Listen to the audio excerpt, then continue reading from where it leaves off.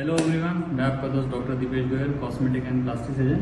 आज जो हमने गायनिकोमेस्टिया किया है वो ग्रेड 2 गायनिकोमेस्टिया पेशेंट है जो कि मुंबई से हमारे पास आए हैं और ये अपना एक्सपीरियंस शेयर करेंगे वो यहाँ तक कैसे पहुँचे और उनको रिजल्ट कैसा लग रहा है। बताओ कैसा लग रहा है रिजल्ट? अच्छा लग रहा है। तो आपको कैसे पता लगा इस सेंटर का? सर ये मोबाइल पे यूट्यूब पे देख के। अच्छा, तो पहुँचे मतलब आपको कितने टाइम से ये प्रॉब्लम? ये 6-7 साल हो गए। 6-7 साल से प्रॉब्लम थी है। तो जिम वगैरह जाने से ठीक नहीं हो रही थी?